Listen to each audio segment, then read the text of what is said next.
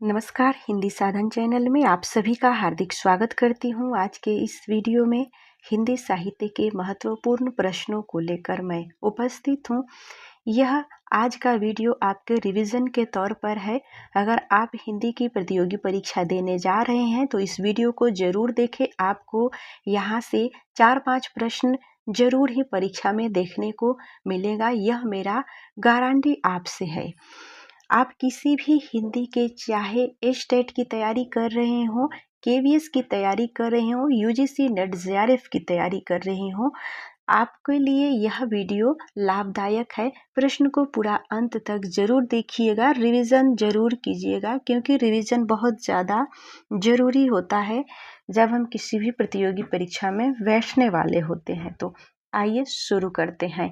पहला प्रश्न है, भट्ट लोलट द्वारा प्रतिपादित मत कौन सा है? ऑप्शन उत्पत्तिवाद, अभिव्यक्तिवाद, भोगवाद, अनुमतिवाद। सही उत्तर ऑप्शन ए उत्पत्तिवाद। अगला प्रश्न है, रसानुभूति के संदर्भ में उत्पत्तिवाद संप्रदाय के जनक है? अभिनवगुप्त, पाणिनि, भरत मुनि, भट्ट लोलट। सही उत्तर ऑप्शन डी भट्ट लोलट। प्रश्न अगला है, निम्नलिखित में से कौन सा युग्म सही नहीं है? ऑप्शन है भट्ट लोलट उत्पत्तिवाद, शंकुक अनुमितिवाद, आचार्य मम्मट भुक्तिवाद, अभिनवगुप्त अभिव्यक्तिवाद। सही उत्तर ऑप्शन सी आचार्य मम्मट भुक्तिवाद। प्रश्न अगला, रस निष्पत्ति के संबंध में चित्र तुरंगन्याय की मान्यता किस आचार्य की है? ऑप्शन है अभिनवगुप्त, शंकुक, भट्ट लोलट, भट्ट नायक। सही उत्तर शंकुक। रस निष्पत्ति के संबंध में चित्र तुरंग न्याय की मान्यता आचार्य शंकुक की है। भट्टनायक ने रस सिद्धांत के अंतर्गत साधारणीकरण व्यापार का सर्वप्रथम उल्लेख किया है। यहाँ पर हम प्रश्न के साथ साथ जो भी विश्लेषण होगा उस पर भी चर्चा करेंगे। वीडियो में पूरा अंत तक जरूर बने रहिए। प्रश्न अगला है, रस विवेचन में चित्र तुरंग न्याय की कल्पना इनमें से किस आचार्य ने की है? ऑप्शन शंकुक, अभिनवगुप्त, भरत मुनि, विश्वनाथ। सही उत्तर ऑप्शन ए शंकुक। यहाँ पर आपको प्रश्न रिवीजन के तौर पर तो मिल रहा है, लेकिन प्रश्नों को देखने को आपको मिल रहा है कि किस तरीका से पूछा जाता है। एक ही प्रश्न को कई बार अलग अलग तरीके से पूछा जाता है। तो यहाँ पर मेरा उद्देश्य यही है आपको दिखाना, ताकि आप देखें कि एक ही प्रश्न है, भले ही उत्तर एक आ रहा है, लेकिन कैसे प्रश्नों को पूछने का तरीका है यह आप जरूर ध्यान से देखें। अगला प्रश्न है, चित्र तुरंग न्याय का संबंध किस सिद्धांत से है? ऑप्शन है उत्पत्तिवाद, भुक्तिवाद, अनुमितिवाद, अभिव्यंजनावाद। सही उत्तर option C अनुमितिवाद।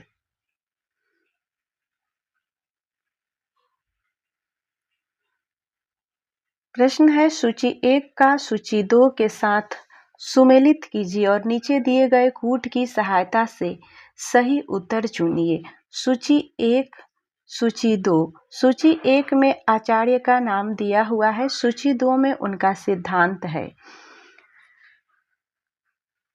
Option A Bhatta Lollata, अभिव्यक्तिवाद, शंकुक, भुक्तिवाद, भट्टनायक, अनुमितिवाद, अभिनवगुप्त, उत्पत्तिवाद।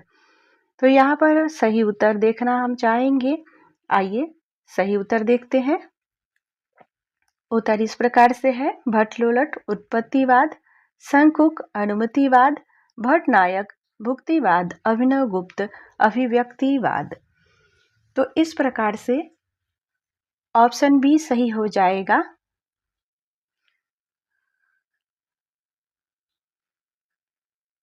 प्रश्न अगला है, भारतीय रस सिद्धांत में साधारणीकरण का प्रयोग सर्वप्रथम किसने किया था? ऑप्शन है आचार्य विश्वनाथ ने, आचार्य जगन्नाथ ने, आचार्य भट्टनायक ने, आचार्य अभिनव गुप्त ने। सही उत्तर ऑप्शन सी, आचार्य भट्टनायक ने। भारतीय रस सिद्धांत में साधारणीकरण का प्रयोग सर्वप्रथम भट्टनायक ने किया था। साधारणीकरण शब्द का प्रयोग भट्टनायक ने रस निष्पत्ति संबंधी भरत सूत्र की व्याख्या के लिए किया और उनके अनुसार काव्य और नाटक में अभिधा से भिन्न दूसरी भावकत्व शक्ति अपने व्यापार से विभावादि को साधारणीकृत रूप में प्रस्तुत कर अस्थायी भाव को भाव्यमान बनाती है। ध्वनिवादियों ने लक्षणा और व्यंजना को स्वीकार करते हुए साधारणीकरण में भावकत्व शक्ति का निषेध किया है। प्रश्न अगला है, इनमें से कौन अलंकारवादी आचार्य नहीं है? ऑप्शन है केशव, जयदेव, भामह, आनंदवर्धन। सही उत्तर ऑप्शन डी, आनंदवर्धन। केशवदास, भामह तथा जयदेव अलंकारवादी आचार्य हैं, जबकि आनंदवर्धन ध्वनिवादी आचार्य हैं। आनंदवर्धन का प्रमुख ग्रंथ ध्वन्यालोक है। भामह को अलंकारवाद का संस्थापक माना जाता है। उनका प्रमुख ग्रंथ काव्यालंकार है। प्रश्न है, किस आचार्य ने दृष्ट, प्रीति और अदृश्य कृति को काव्य प्रयोजन माना है? ऑप्शन कुंतक, दांडी, वामन, रुद्रट। सही उत्तर आचार्य वामन ने दृष्ट, प्रीति और अदृश्य कृति को काव्य प्रयोजन माना है। वामन के अनुसार काव्य सदृष्टा दृष्टार्य प्रीति कृति हेतुत्वात् अन्य महत्वपूर्ण तथ्य है। कुंतक ने काव्य के 3 प्रयोजन मानते हुए कहा है, काव्या मृतर्सेनांस्तश्चमत्कारो वित्त नयते। रुद्रट ने युगांत स्थित जगत व्यापी यश, धन प्राप्ति, विपत्ति नाश, अलौकिक आनंद प्राप्त करना, धर्मार्थ काम मोक्ष की प्राप्ति काव्य का प्रयोजन माना है और उन्होंने यश को विशेष महत्व दिया है। इस प्रकार से सही उत्तर ऑप्शन सी।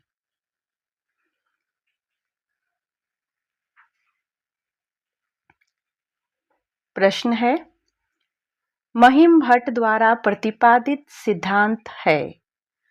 ऑप्शन है अनुमानवाद, तात्पर्यवाद, लक्षणवाद, अभिव्यंजनावाद। सही उत्तर ऑप्शन ए, अनुमानवाद। व्याख्या, महिम भट्ट ने अपने अनुमान सिद्धांत को प्रतिपादित करते हुए अपने व्यक्ति विवेक नामक ग्रंथ में ध्वनि सिद्धांत के विरुद्ध लिखा है। उनका मत है कि ध्वनि सिद्धांत के विशाल भवन का जिस व्यंजना के मूलाधार पर निर्माण किया है वह व्यंजना कोई स्वतंत्र पदार्थ नहीं है, किंतु पूर्व सिद्ध अनुमान ही है। अनुमान के साधन से साध्य का अनुमान किया जाता है। प्रश्न है, आचार्य भरत के रस सूत्र के प्रथम व्याख्याता है? ऑप्शन भट्टलोलट, आचार्य शंकुक, अभिनव गुप्त, आचार्य विश्वनाथ। सही उत्तर ऑप्शन ए, भट्टलोलट। आचार्य भरत के रस सूत्र के प्रथम व्याख्याता भट्टलोलट हैं और उनके अनुसार रसानुभूति अस्थायी भावों का ही परिवर्धित रूप है, जो विभावादि से पुष्ट होकर अस्थायी भाव के उपचित होने पर प्रकट होती है। रसानुभूति और लौकिक अनुभूति का भेद स्पष्ट न कर सकने के कारण लोलट का मत भ्रामक समझा गया है। प्रश्न अगला है, आचार्य भरत मुनि के बाद रस निष्पत्ति को लेकर मुख्य रूप से किन विद्वानों ने रस के विषय में अपने विचार दिए हैं, उनके नामों का कौन सा क्रम सही है? ऑप्शन है भट्टलोलट, भट्टशंकुक, भट्टनायक, अभिनवगुप्त। यही चारों ऑप्शन में दिया हुआ है, यही नाम चार आचार्य का नाम दिया हुआ है और इन्हीं का किसी का आगे और किसी का पीछे करके नाम दिया हुआ है। तो आइए हम जानते हैं सही उत्तर कौन सा है। सही उत्तर है भट्टलोलट। व्याख्या देखते हैं। आचार्य भरत मुनि ने रस निष्पत्ति को लेकर मुख्य रूप से जिस विद्वानों ने रस के विषय में अपने विचार दिए हैं, उनके नामों का सही क्रम है भट्टलोलट, भट्टशंकुक, भट्टनायक, अभिनवगुप्त। प्रश्न अगला है, रस निष्पत्ति की विवेचना में भावकत्व और भोजकत्व की कल्पना किस आचार्य ने की है? ऑप्शन है भट्टलोलट, भट्टनायक, शंकुक, अभिनवगुप्त। सही उत्तर ऑप्शन बी भट्टनायक।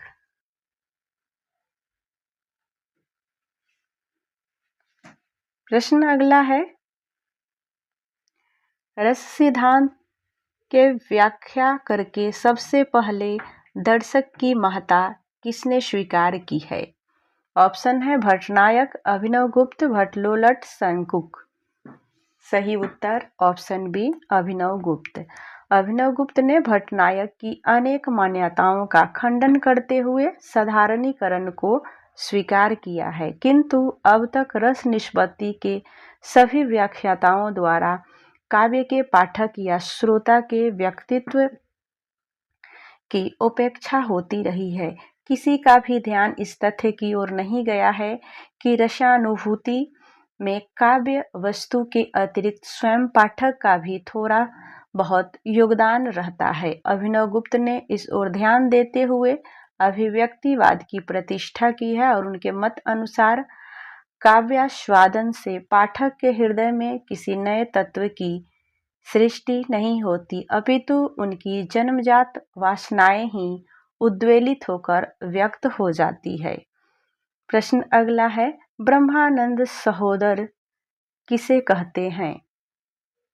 ऑप्शन है रस, वक्रोक्ति, ध्वनि, अलंकार।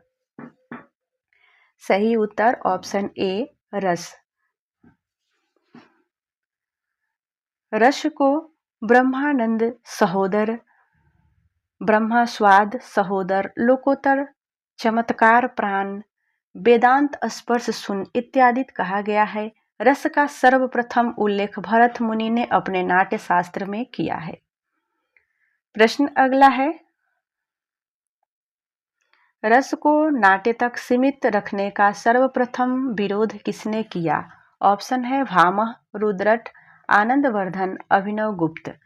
तो रस को नाटक तक सीमित रखने का सर्वप्रथम विरोध अभिनवगुप्त ने किया। सही उत्तर ऑप्शन डी अभिनवगुप्त।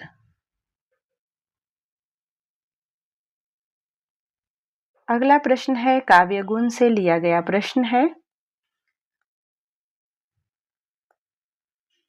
निम्नलिखित में से माधुर्य गुण का उदाहरण नहीं है।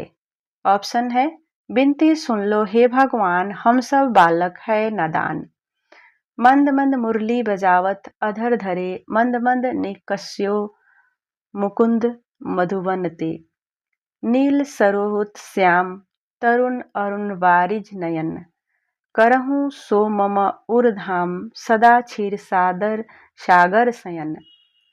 ऑप्शन चौथा है मधुमय बसंत जीवन वन के, वह अंतरिक्ष की लहरों में कब आए तुम चुपके से रजनी के पिछले पहरों में। उपयुक्त विकल्पों में से ए अर्थात बिनती सुन ले हे भगवान विकल्प सही हो जाएगा। अब काव्य गुण की चर्चा करना चाहेंगे। यहाँ पर काव्य पंक्ति में माधुर्य गुण नहीं है, अपितु इसमें प्रसाद गुण है। हम है बालक नादान में माधुर्य गुण नहीं है, इसमें प्रसाद गुण है। हम काव्य गुणों के सभी काव्य के जो 3 गुण हैं उन सभी पर चर्चा करेंगे। इस पे काव्य में के 3 गुण है माधुर्य, ओज और प्रसाद। माधुर्य गुण, इसमें सभी वर्ग अक्षर ट वर्ग को छोड़कर अर्थात क वर्ग, च वर्ग, त वर्ग, प वर्ग होते हैं। तो माधुर्य गुण में ट वर्ग को छोड़कर सभी वर्ग जो होते हैं वह अलग अलग वर्गों से हैं, लेकिन ट वर्ग नहीं होता है। इसमें प्रायः संयुक्त अक्षर का अभाव होता है, इसमें प्रायः समास का अभाव होता है। अब ओज गुण, इसमें ट वर्ग की व्यंजना होती है, रेफ का अधिक प्रयोग होता है। प्रसाद गुण, इसमें सरल सहज शब्दावली का प्रयोग होता है जो सभी रसों में उपयोगी होता है। प्रश्न अगला है, गुण का संबंध किस सिद्धांत से है? ऑप्शन है ध्वनि, रीति, रस, अलंकार। सही उत्तर ऑप्शन बी, रीति। गुण का संबंध रीति से है। आइए व्याख्या देखते हैं। आचार्य वामन द्वारा प्रतिपादित रीति सिद्धांत से ही उन्होंने गुण और अलंकार का भेद करते हुए कहा है कि काव्य शोभाया कर्तारो धर्मः गुण। रीति संप्रदाय के प्रतिष्ठापक हैं वामन और इनका कथन है रीतिरात्मक काव्यस्थ विशिष्ट पद रचना रीति।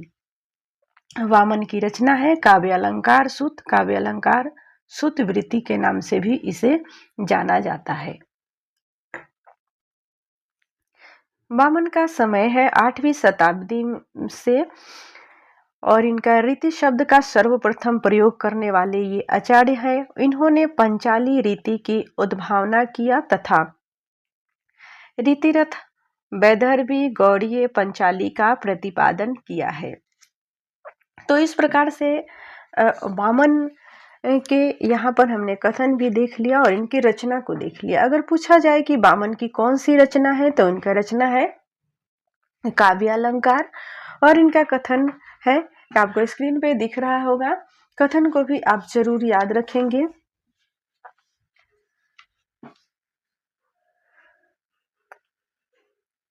बढ़ते हैं अगले प्रश्न की तरफ। प्रश्न अगला है, काव्य गुणों के संबंध में जो कथन सही नहीं है उसे छांटिए। तो काव्य गुणों के संबंध में कथन सही नहीं है वो कौन है? ऑप्शन है गुण काव्य के आंतरिक सौंदर्य है, अलंकार ब्रह्म शोभा मात्र है, गुण रस के उत्कर्षण और काव्य के शोभा कारण तत्व है, काव्य शास्त्र में काव्य गुणों का विवेचन नहीं मिलता है, माधुर्य प्रसाद ओज सर्वमान्य काव्य गुण है। तो सही उत्तर हो जाएगा ऑप्शन सी, काव्य शास्त्र में काव्य गुणों का विवेचन नहीं मिलता है। काव्य शास्त्र में इनके किस चीज का विवेचन मिलता है? इनके दोषों का विवेचन मिलता है।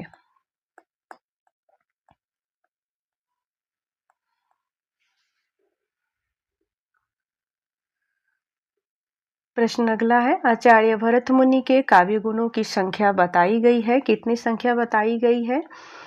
3, 5, 10 या 8? तो आचार्य भरत मुनि के काव्य गुणों की संख्या 10 बताई गई है। यहाँ पर हम विस्तृत रूप से जानेंगे कि वह 10 कौन से काव्य गुण है। आइए व्याख्या में देखते हैं।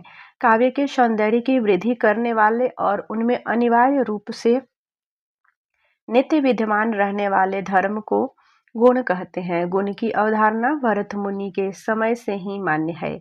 आचार्य भरत मुनि ने काव्य गुणों की संख्या 10 मानी है। वे इस प्रकार से है: श्लेष, प्रसाद, समता, समाधि, माधुर्य, ओज, सौकुमार्य, अर्थ व्यक्ति, उदारता एवं क्रांति। महत्वपूर्ण तथ्य है कुछ। आचार्य भरत मुनि के अनुसार काव्य दोष भी 10 ही होते हैं और वे इस प्रकार से काव्य दोषों की संख्या बताते हैं। और कौन कौन से हैं काव्य दोष? गूढ़ार्थ, अर्थांतर, अर्थहीन, भिन्नार्थ, एकार्थ, अभिलुप्तार्थ, न्यायपेत, विषम, विसंधि और शब्दच्युत। वामन ने गुणों को काव्य का नित्य धर्म मानकर अलंकारों से अलग किया है। आनंदवर्धन ने गुणों को रस का अंग माना है और इनकी संख्या 3 मानी है। ओज, प्रसाद और माधुर्य तक ही इन्होंने सीमित कर दी है। देव और भिखारी दास ने काव्य के गुणों की संख्या 10 मानी है। तो यहाँ पर हमने विभिन्न विद्वानों के द्वारा वो कौन से विद्वान है जो काव्य के गुण को कितने मानते हैं, जो कि ऑप्शन में नाम दिया हुआ है, उस अनुसार से हमने सभी को देख लिया है। इसी प्रकार से ये जो प्रश्न है सभी ऑप्शनों पर भी चर्चा की जा रही है और यहाँ से आपका अन्य बहुत सारे प्रश्न किस प्रकार से बन सकते हैं यह भी देखने को मिल रहा है, क्योंकि प्रश्न के साथ व्याख्या को भी लिया गया है। जो प्रश्न का व्याख्या करना बहुत ज़रूरी है उसकी व्याख्या को ज़रूर लिया गया है। तो वीडियो को पूरा अंत तक ज़रूर देखिएगा, आपके लिए यह बहुत उपयोगी है आप अगर हिंदी की प्रतियोगी परीक्षा दे रहे हैं। वैसे हिंदी की प्रतियोगी परीक्षा देने वाले अभ्यर्थी ही इस वीडियो को देख रहे हैं। वीडियो को लाइक शेयर ज़रूर कीजिएगा, चैनल को सब्सक्राइब नहीं किया है तो ज़रूर कर लीजिएगा। आइए अगले प्रश्न को देखते हैं। अगला प्रश्न है, आचार्य मम्मट ने काव्य गुण माने हैं। मम्मट काव्य के कितने गुण माने हैं? 10, 3, 15 या 8? तो यहाँ पर सही उत्तर हो जाएगा ऑप्शन बी। मम्मट जी ने काव्य के 3 गुण माने हैं। 3 गुणों में के नाम देखेंगे। गुण कितने प्रकार के होते हैं, इनमें से कौन गुण आवश्यक है, इस विषय पर काव्य आचार्यों में मतभेद रहा है। कोई तो गुण की संख्या 10 माना है, जैसे भरत मुनि, दांडी, ये काव्य गुणों की संख्या 10 माने हैं। कोई गुणों की संख्या 24 माने हैं और गुणों की संख्या 24 मानने वाले हैं आचार्य भोज, और कोई गुण की संख्या 3 मानी है, 3 मानने वाले में है मम्मट जी। और इस सब पर दृष्टिपात करने से ज्ञात होता है कि गुण की संख्या के भेद के संबंध में विभेद अधिकतर 10 गुणों को मानने अथवा 3 गुणों को मानने वाले का है, क्योंकि अग्नि पुराण में भी मुख्य रूप से काव्य के 3 गुण है, शब्द गुण, अर्थ गुण और शब्दार्थ गुण, और इन्हीं के भेदापभेद किए गए हैं। और इसी प्रकार भोज ने, वामन ने सब 10 गुणों के अतिरिक्त 14 अन्य गुण भी माने हैं, लेकिन आचार्य मम्मट ने काव्य के 3 गुण माने हैं, माधुर्य, ओज और प्रसाद। ये व्याख्या उम्मीद है कि आपको अच्छी लग रही होगी और इससे आपके मन में बहुत सारे प्रश्न भी आ रहे होंगे कि अन्य किस प्रकार से और भी प्रश्न बन सकते हैं इन व्याख्याओं से।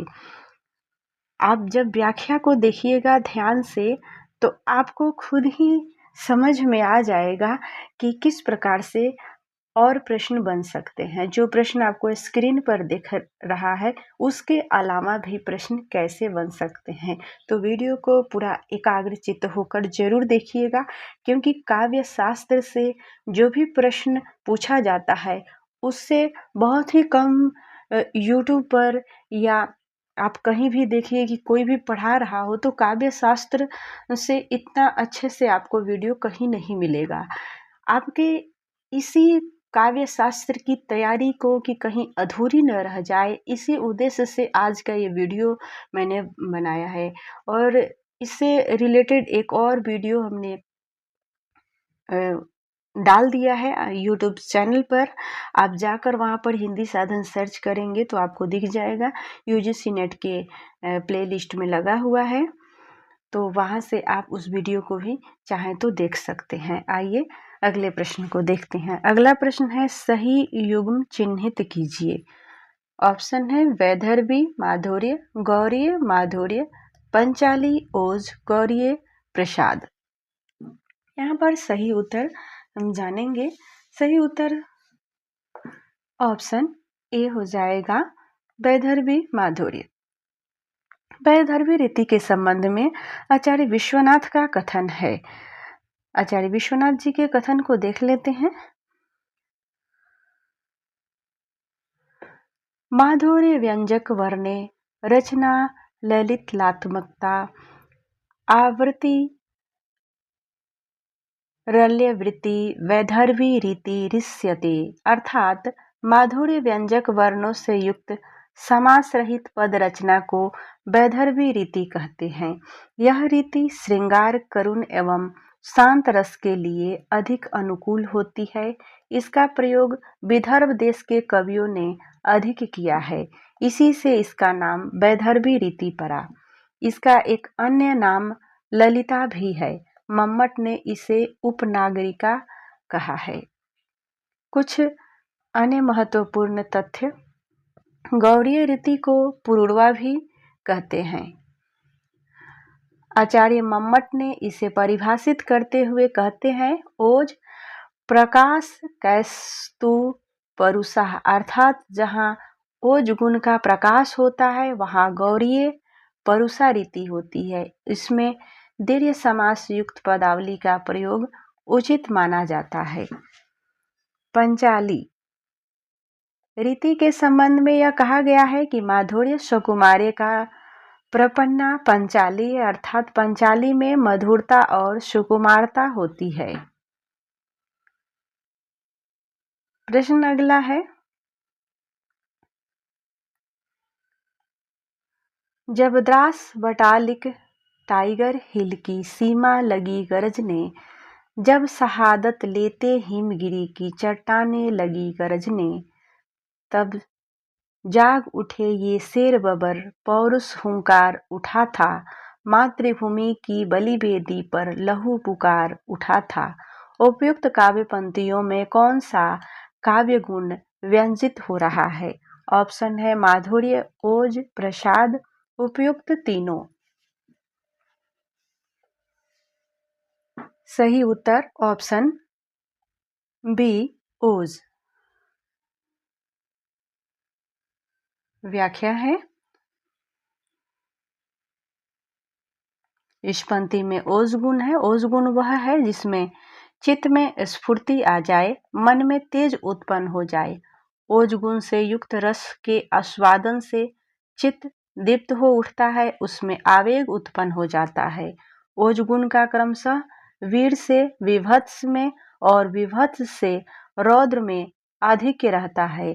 जहाँ द्वित वर्णों, संयुक्त वर्णों, र के संयोग और ट, ठ, ड, ढ की अधिकता हो, समासाधिक्य हो और कठोर वर्णों की रचना हो, वहाँ ओज गुण होता है। प्रश्न अगला है, काव्य का वह गुण जो चित्त में तेज और स्फूर्ति का संचार करता है, कौन सा गुण कहलाता है? ऑप्शन है ओज गुण, माधुर्य गुण, प्रसाद गुण, इनमें से कोई नहीं। सही उत्तर ऑप्शन ए, ओज गुण। तो यहाँ पर हमने ओज गुण की विस्तृत व्याख्या को देखा है। उम्मीद है कि आप ओज गुण को बहुत ही अच्छी तरीके से समझ गए होंगे। अब ओज गुण से पूछने वाले कोई भी प्रश्न आपका गलत नहीं हो गया। आइए बढ़ते हैं अगले प्रश्न की तरफ। प्रश्न अगला है कि वीर रस प्रधान रचना में कौन सा गुण प्रधान होता है? ऑप्शन है ओज, प्रसाद, माधुर्य, ये सभी।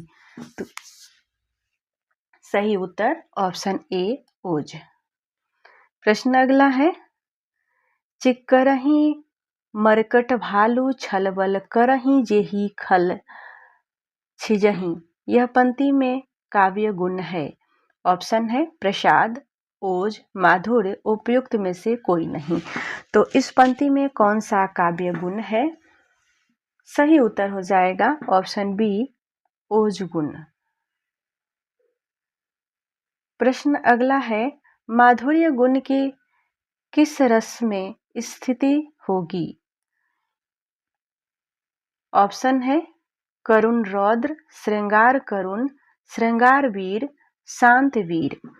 तो यहाँ पर आपको यह परीक्षा किस परीक्षा में और कब पूछा गया है, ये प्रश्न भी आप के नीचे आपको देखने को मिल रहा होगा। चारों ऑप्शन के बाद प्रत्येक प्रश्न में यह कब किस परीक्षा में आया हुआ है।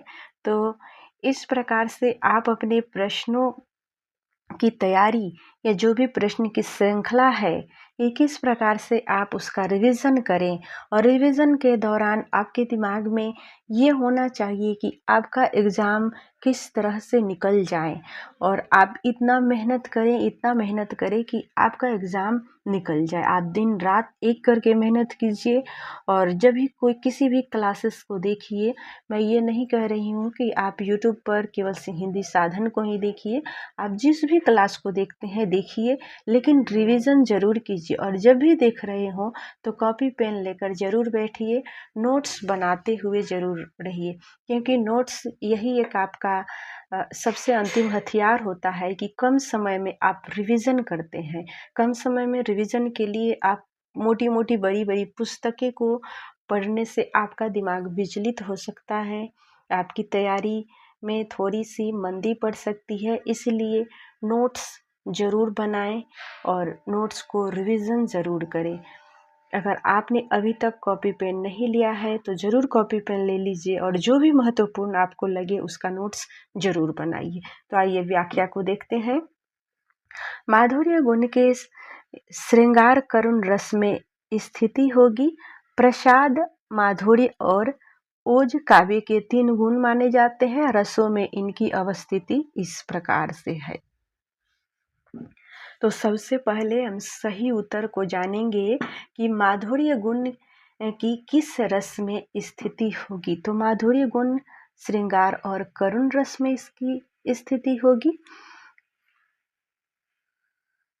व्याख्या को हम देखेंगे। प्रसाद लगभग सभी रसों में, प्रसाद गुण जो है लगभग सभी रसों में विद्यमान रहता है। माधुर्य गुण जो है वो श्रृंगार और करुण रस में रहता है। ओज गुण ये वीर एवं रौद्र रस में रहता है। तो इस प्रकार से इस प्रश्न की ये व्याख्या हुई, और बढ़ते हैं अगले प्रश्न की तरफ। अगला प्रश्न है जो कि काव्य पंक्ति है। मैं जो नया ग्रंथ विलोकता हूँ, भाता मुझे जो नौमित्र सा है, देखूं उसे मैं नित बार बार, मानो मिला मित्र मुझे पुराना।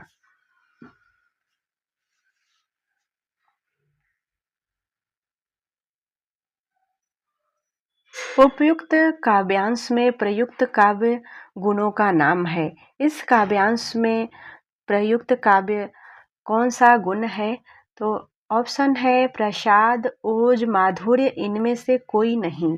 सही उत्तर हो जाएगा ऑप्शन सी, माधुर्य गुण। मैं तो नया प्रबंध विलोकता हूँ, इसमें माधुर्य गुण होगा। आइए व्याख्या को देखते हैं। उपयुक्त काव्यांश में माधुर्य काव्य गुण प्रयुक्त हुआ। माधुर्य गुण की परिभाषा कुलपति मिश्र ने इस प्रकार दी है। तो माधुर्य गुण की परिभाषा यहाँ देने वाले कुलपति मिश्र जी हैं। कुलपति मिश्र क्या परिभाषा दिए हैं? द्रव्य चित जाके सुनत अति आनंद प्रधान, सुहै मधुरता रसून क्रम, प्रथम सरस की आन। चित्त को पिघलाने वाला जो आनंद प्रधान गुण है उसको माधुर्य गुण कहते हैं। बहुत ही उपयोगी ये पंक्ति है, और यहाँ पे मैं वेरी इंपॉर्टेंट लिख देती हूँ माधुर्य गुण की परिभाषा में, कि जो चित्त को पिघला दे और जो आनंद को प्रदान करे, वह वहाँ पर उस काव्य पंक्ति में माधुर्य गुण होता है।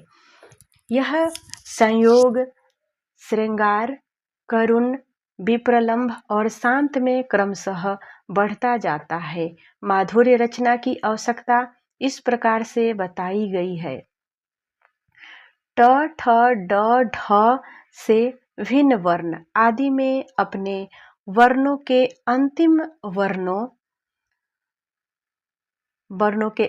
वर्ण है अंग, य, न और म से युक्त होने पर, जैसे मंच, कंच, पुंज, लुंज, चंपक इत्यादि माधुर्य गुण के व्यंजक होते हैं।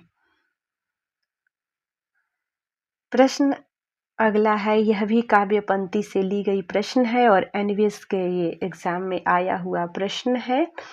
कंकन किंकिर नूपर धुनी सुनी, कहत लखन सब राम हृदय गुनी, में कौन सा काव्य गुण है?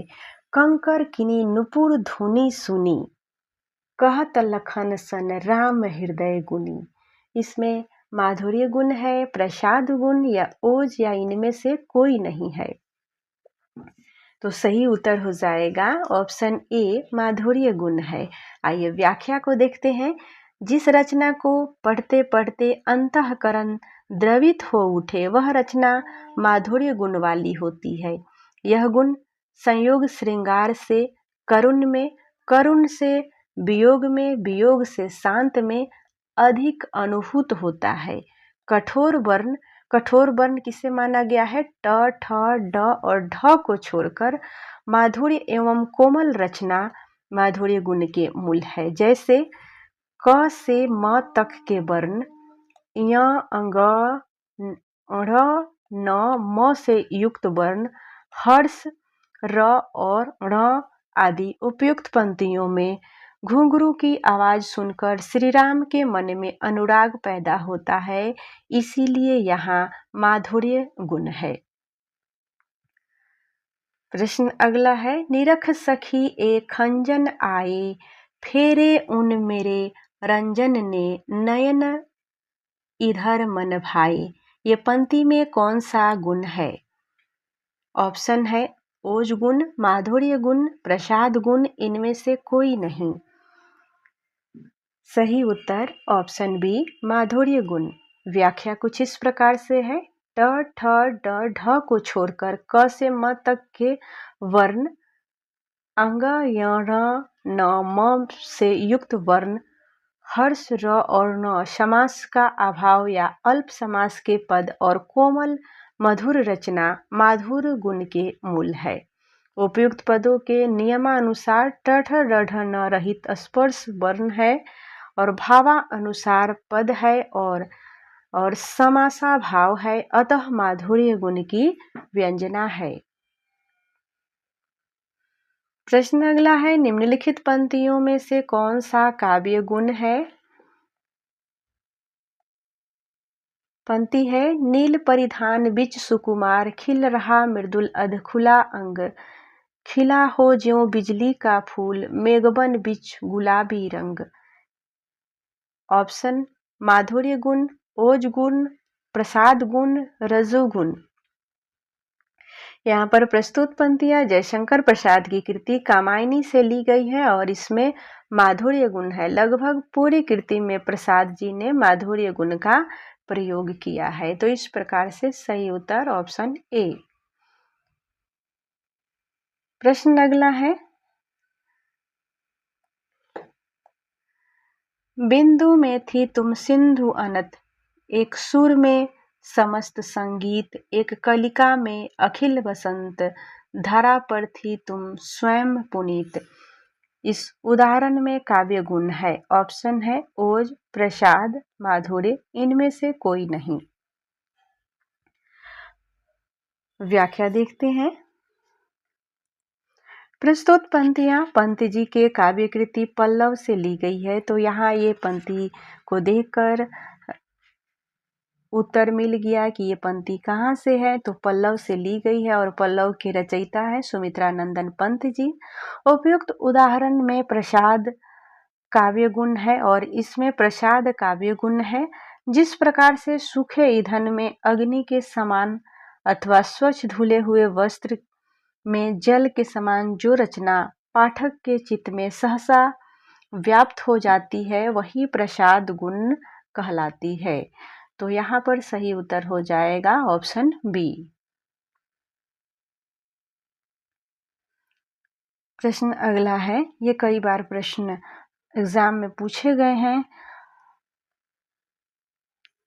हिमाद्री तुंग श्रृंग से प्रबुद्ध शुद्ध भारती, स्वयं प्रभा समुज्ज्वला, स्वतंत्रता पुकारती। प्रस्तुत पंक्तियों में काव्य का कौन सा गुण मौजूद है? ऑप्शन है माधुर्य, ओज, प्रसाद, इनमें से कोई नहीं। सही उत्तर ऑप्शन बी, ओज गुण। आइए व्याख्या देख लेते हैं। व्याख्या कुछ इस प्रकार से है। हिमाद्री तुंग श्रृंग से प्रबुद्ध शुद्ध भारती, स्वयं प्रभा समुज्ज्वला स्वतंत्रता पुकारती। यह काव्यपंक्ति छायावादी कवि जयशंकर प्रसाद द्वारा रचित ओज गुण से पूर्ण कविता है। ओज का शाब्दिक अर्थ है तेज, प्रताप, दीप्ति, आवेग। वस्तुतः जिस काव्य को पढ़ने या सुनने से मन में उत्साह, साहस या वीरता का भाव उत्पन्न हो, उसमें ओज गुण होता है। कुछ महत्वपूर्ण तथ्य है। काव्य गुण, प्रतिष्ठापक और आचार्य वामन। माधुर्य गुण, वरदे वीणा वादनी वरदे का उदाहरण है ओज गुण, मुझे तोर लेना वनमाली। प्रसाद गुण है शीस पगाना छगा तन में प्रभु, जाने को आही बसो के ही ग्रामा। ये नरोत्तम दास की पंक्ति है। और मुझे तोर लेना वनमाली, आप इसका कमेंट बॉक्स में बहुत ही प्रसिद्ध ये कविता है। इसके कवि के नाम जरूर बताइएगा। वरदे वीणा वाणी वरदे, इसके भी आपको बताना है। इन दोनों के लेखक कौन है, इसका आपको कमेंट में उत्तर देना है। अब प्रश्न अगला है कि जो कि काव्य दोष से लिया गया प्रश्न है।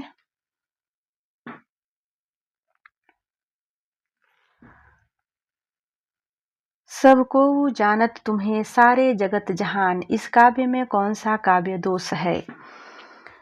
ऑप्शन है न्यून पदप, पुनरुक्ति, क्लिष्टत्व, अक्रमत्व। सही उत्तर ऑप्शन बी पुनरुक्ति।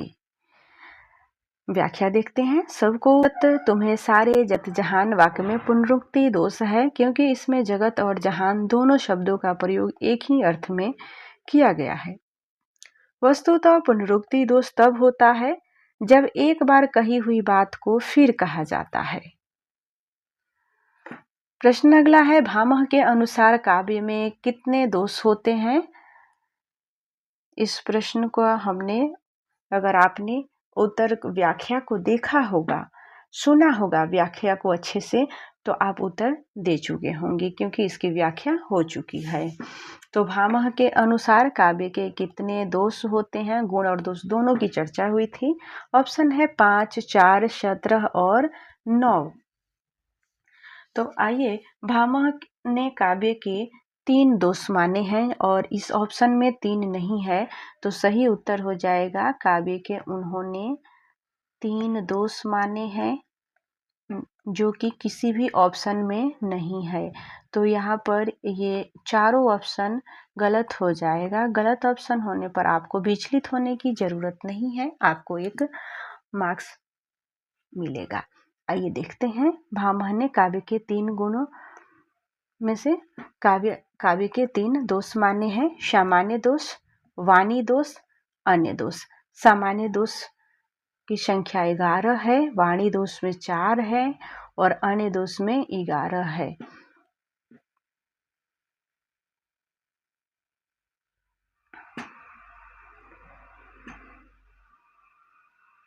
तो इस प्रकार से सामान्य दोष, वाणी दोष और अन्य दोष की संख्या सबको मिलाकर, इन तीनों की संख्या मिलाकर 26 काव्य दोष हो गया। 26 काव्य दोष है।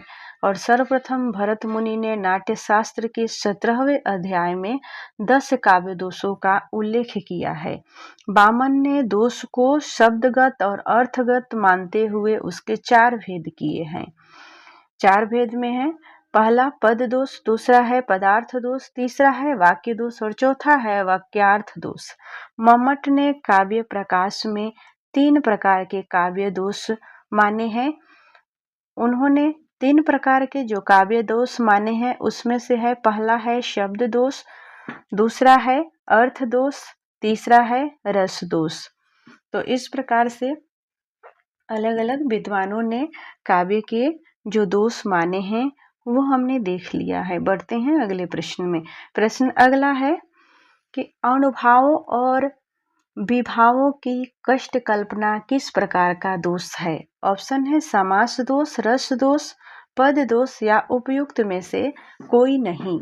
तो अनुभावों और विभावों की कष्ट कल्पना ये जो दोष है वह रस दोष है। ऑप्शन बी सही उत्तर हो जाएगा। आइए व्याख्या देखते हैं। रसगत काव्य दोष में स्वशब्द वाच्य विभाव अनुभाव की कष्ट कल्पना, प्रतिकूल विभाव ग्रहण का, रस की बार बार दीप्ति और बिना अवसर रस का प्रतिपादन, अंग की अतिवृष्टि, प्राकृत विपर्याय। इस प्रकार से अनुभाव और विभाव से भी प्रश्न हमने देख लिया है। अब इस वीडियो में हमने काव्य शास्त्र के प्रत्येक पहलुओं को छूने की कोशिश की है। आइए देखते हैं अगले प्रश्न है। अगला प्रश्न है, लोक नियम की अवहेलना से कौन सा काव्य दोष होता है? तो लोक नियम की अवहेलना से दुष्क्रमत्व, च्युत संस्कारत्व, अप्रयुक्तत्व, ग्राम्यत्व, ये कौन सा दोष होता है? तो दुष्क्रमत्व होता है।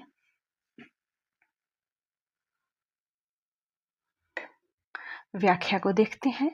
व्याख्या है, लोक नियम की अवहेलना से दुष्क्रमत्व काव्य दोष होता है। आचार्य विश्वनाथ के अनुसार रस के अपकर्ष को काव्य दोष कहते हैं। च्युत संस्कार तत्व को च्युत संस्कृति काव्य दोष भी कहते हैं। जहाँ किसी शब्द का प्रयोग व्याकरण के नियमों के प्रतिकूल विरुद्ध होता है वहाँ च्युत संस्कृति काव्य दोष उसे कहते हैं। और जब काव्य में गंवारू शब्दों का अधिक प्रयोग हो अथवा गंवारू विषयों का अधिक वर्णन हो तो वहाँ ग्रामत्व दोष की स्थिति मानी जाती है।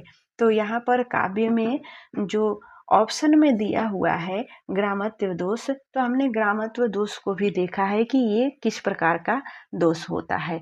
आइए अगले प्रश्न को देखते हैं। अगला प्रश्न है, व्याकरण विरुद्ध प्रयोग किस दोष के अंतर्गत आते हैं? तो व्याकरण विरुद्ध दोष जो है वह ऑप्शन दिया हुआ है, च्युत संस्कारत्व, प्रतिकूल वर्णन, ग्रामत्व या निरर्थकत्व। तो निरर्थकत्व में नहीं है कि ग्रामत्व में है, किसमें है ये हमें जानना है। तो सही उत्तर हो जाएगा च्युत संस्कार में व्याकरण दोष आते हैं। बढ़ते हैं अगले प्रश्न की तरफ जो कि काव्य की पंक्तियों से लिया गया प्रश्न है। प्रश्न बड़ा ही सुंदर है। पांडव की प्रतिमा समलेखो, अर्जुन भीम महामति देखो, इनमें कौन सा काव्य दोष है? ऑप्शन है शब्द दोष, रस दोष, अर्थ दोष या कोई नहीं। तो सही उत्तर हो जाएगा ऑप्शन डी, इनमें से कोई नहीं है। आइए व्याख्या को देखते हैं। उपयुक्त पंक्तियां केशव दास की रचना रामचंद्रिका से ली गई है और वह पंचवटी का वर्णन करते हुए उपयुक्त पंक्तियों का उल्लेख करते हैं। इस काव्य पंक्ति में काल दोष है क्योंकि राम कथा त्रेता युग की है जिसमें पांडव कहाँ थे? तो पांडव नहीं थे, तो इस प्रकार से इस पंक्ति में काल दोष है।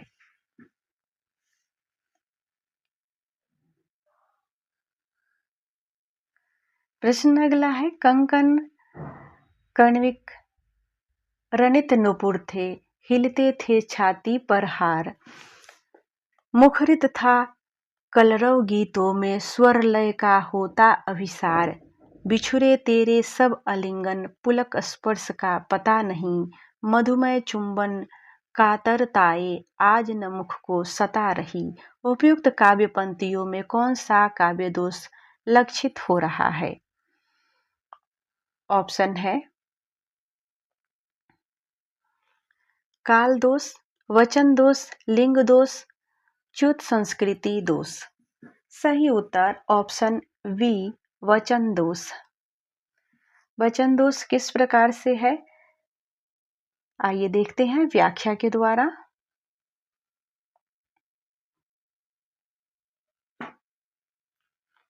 जिस काव्य में शब्द सुनने पर कठोर और अप्रिय या बुरे लगे वहाँ वचन दोष या श्रुति कटुत्व दोष होता है। आचार्य विश्वनाथ ने साहित्य दर्पण में रसापकर्ष का दोषा कहकर रस का अपकर्ष करने वाले तत्वों को दोष कहा है।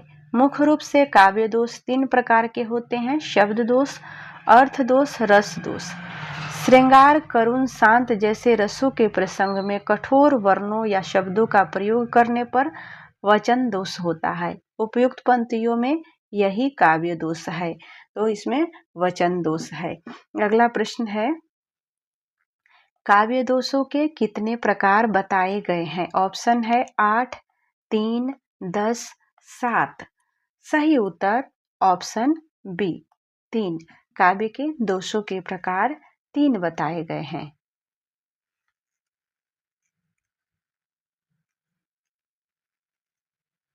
प्रश्न है अगला, सबको जानत तुम्हें सारे जगत महान में कौन सा काव्य दोष है? ऑप्शन है पुनरुक्ति दोष, अश्लीलत्व दोष, ग्रामत्व दोष, श्रुति कटुत्व दोष। सही उत्तर ऑप्शन ए पुनरुक्ति दोष। उपयुक्त पंक्ति में पुनरुक्ति काव्य दोष है। यहाँ पर जगत और जहान दोनों का प्रयोग हुआ है, जबकि दोनों का अर्थ संसार है। प्रश्न अगला है, तरु रिपु रिपुधर देखी के विरहीन तिये अकुलाय में कौन सा काव्य दोष है? ऑप्शन है च्युत संस्कृति, न्यून पादत्व, अधिक पादत्व, क्लिष्टत्व। सही उत्तर हो जाएगा ऑप्शन डी क्लिष्टत्व। क्लिष्टत्व का अर्थ है कठिनाई। अर्थ को दुरूह बनाने वाले शाब्दिक चमत्कारों के प्रयोग से यह दोष काव्य में आ जाता है। प्रस्तुत पंक्ति में तरु रिपु रिपु घर में शब्द का प्रयोग किया गया है, जिसका तात्पर्य वृक्ष का शत्रु अग्नि, अग्नि का शत्रु जल और उस जल को धारण करने वाला बादल। ऐसे प्रयोगों के कारण अर्थबोध में कठिनाई होती है, अतः यहाँ पर क्लिष्टत्व काव्य दोष है।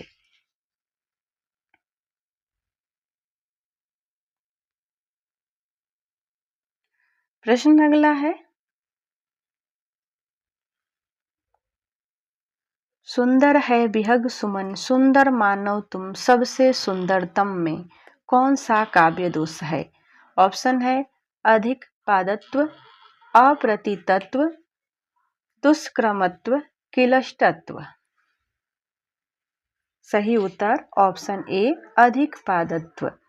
व्याख्या है, जहां वाक्य में अनावश्यक अर्थ का सूचक पद प्रयुक्त होता है, वहां अधिक पदत्व दोष होता है। प्रस्तुत पंक्ति में सबसे सुंदरतम का प्रयोग हुआ है।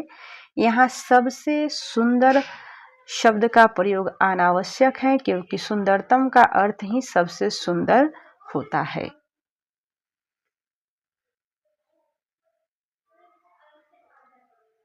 प्रश्न अगला है,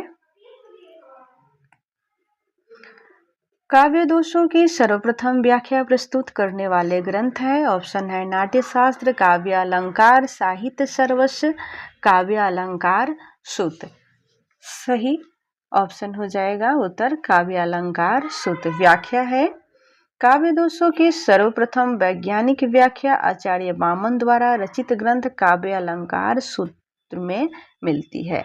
वस्तुतः काव्य दोष और गुणों की चर्चा भरत मुनि के ग्रंथ नाट्य शास्त्र में भी मिलती है।